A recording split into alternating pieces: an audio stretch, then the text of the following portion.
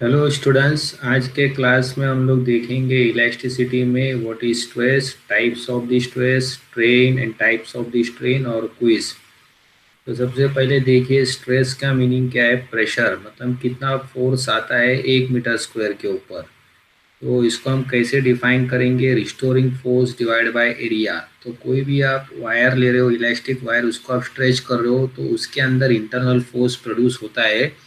Internal force को अगर हमने एरिया से डिवाइड किया है तो उसको हम बोलेंगे स्ट्रेस। तो फोर्स किस में मापते हैं, न्यूटन में, एरिया मीटर स्क्वायर में। तो स्ट्रेस की यूनिट आएगी न्यूटन पर मीटर स्क्वायर। इसका मतलब 1 मीटर स्क्वायर के ऊपर कितना फोर्स लग रहा है। तो अगर हम देख रहे हैं स्ट्रेस, तो स्ट्रेस तीन तरह का आता है। सबसे पहले फर्स्ट स्ट्रेस हम देखेंगे टेंसाइल स्ट्रेस। तो टेंसाइल स्ट्रेस को हम कैसे डिफाइन करते हैं, it is defined as perpendicular force divide by area. इसका मतलब अगर आप एक कोई वायर लेते हो, रॉड लेते हो या एक वायर लेते हो इस शेप का, और उसके ऊपर, एरिया के ऊपर अगर एक ही पॉइंट पे आपने फोर्स लगाया हुआ है परपेंडिकुलर, एक ही पॉइंट के ऊपर आपने फोर्स लगाया हुआ है परपेंडिकुलर, तो उस फोर्स को अगर आप डिवाइड करोगे तो एरिया से, तो इसको हम बोलेंगे स्ट्रेस। तो it is defined as perpendicular force divide by area. तो एरिया के एक ही पॉइंट पे फोर्स आना चाहिए। अगर देखिए आपका एरिया अगर ये 4 मीटर स्क्वायर है और आप फोर्स लगा रहे हो 1 न्यूटन का, तो 4 मीटर स्क्वायर के ऊपर 1 न्यूटन लग रहा है। तो 1/4 करोगे तो 0.25 आएगा। इसका मतलब वो हिसाब है 1 मीटर स्क्वायर के ऊपर कितना फोर्स आ रहा है। अगर फोर्स आप बाहर की तरफ लगा रहे हो तो वायर स्ट्रेच हो जाएगा। फोर्स आप अंदर की तरफ लगा रहे हो तो बाहर बॉडी कंप्रेस हो जाएगी।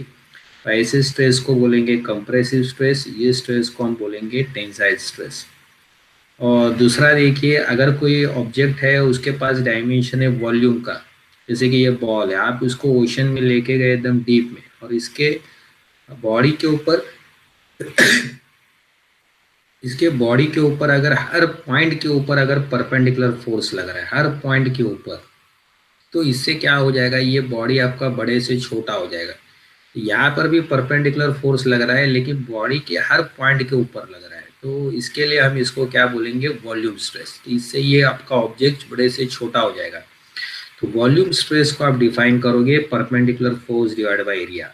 अब तीसरे तरह का स्ट्रेस जो रहेगा इसको बोलेंगे शियर स्ट्रेस। तो अगर आपका एक बॉडी क्यूबिक शेप का है और ऊपर के सरफेस के ऊपर आपने फोर्स लगाया हुआ है पैरेलल, ये टॉप सरफेस आपका शिफ्ट हो जाएगा और आपका बॉडी जो है वो क्यूबिक से डायमंड शेप में आ जाएगा। तो शियर क्या करता है, सिर्फ बॉडी का शेप चेंज करता है। तो शियर स्ट्रेस भी वही है, parallel force divide by area. तो ये हिसाब है कि 1 मीटर स्क्वायर के ऊपर कितना फोर्स आ रहा है। तो ये बॉडी को क्यूबिक से यहाँ पर ये डायमंड शेप में लेके आता है। तो शियर मतलब पैरेलल, तो ये बॉडी के शेप को चेंज करता है। वॉल्यूम जो रहता है ये सिर्फ बॉडी के साइज को चेंज करता है, वो शेप को नहीं चेंज करता है। तो इस तरह से हमारे पास तीन स्ट्रेस है। टेंजाइल जो है वो लेंथ के लिए है, और वॉल्यूम जो है ये पूरे बॉडी के लिए है, और शेयर जो है ये शेप के लिए है। टेंसाइल में परपेंडिकुलर फोर्स लगता है, वॉल्यूम में भी परपेंडिकुलर फोर्स लगता है, लेकिन टेंसाइल में एरिया के ऊपर सिर्फ एक ही पॉइंट पे फोर्स लगेगा।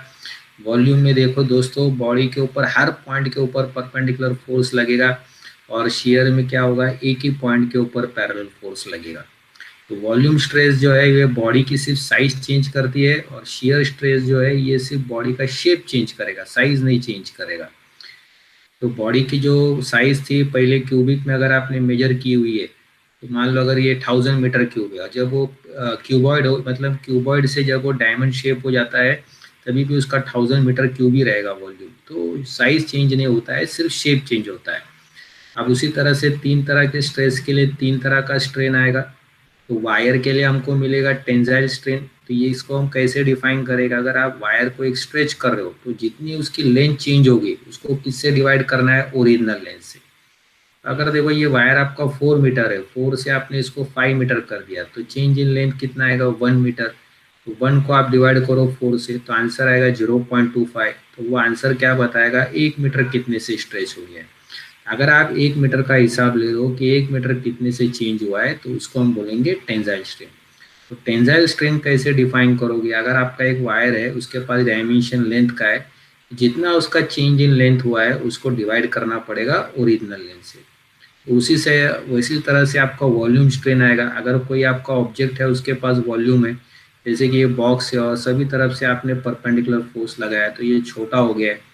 तो जितना उसका चेंज इन वॉल्यूम आया हुआ है उसको डिवाइड किससे करना है, ओरिजिनल वॉल्यूम से। तो वो आपको क्या मिलेगा, वॉल्यूम स्ट्रेन बताएगा। तो वो बताएगा 1 मीटर क्यूब में कितने से चेंज आया है। तीसरी तरह का स्ट्रेन जो है वो है शेयर स्ट्रेन। अगर आपने ऊपर के सरफेस के ऊपर पैरेलल फोर्स लगाया हुआ है और नीचे भी पैरेलल फोर्स लगाया है तो ऊपर का सरफेस आपका शिफ्ट हो जाता है। जितना आपका ऊपर का सरफेस शिफ्ट हो गया है उसको किससे डिवाइड करना है, हाइट ऑफ द बॉक्स से। It is defined as displacement of top surface divide by the height of the box.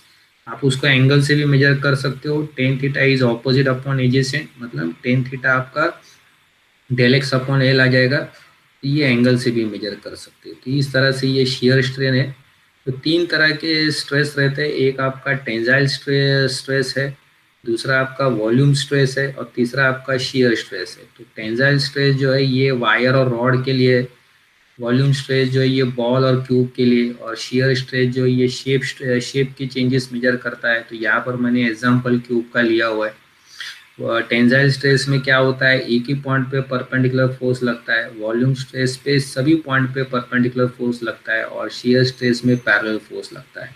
तो तीन तरह का स्ट्रेस है, तो तीन तरह के स्ट्रेन है। वायर के लिए टेंजाइल स्ट्रेन आएगा, और अगर आप एक बॉल ले रहे हो या बॉक्स ले रहे हो तो इसके लिए वॉल्यूम स्ट्रेन आएगा, और अगर आप एक शेप का मेजर कर रहे हो तो इसको शेयर स्ट्रेन आएगा।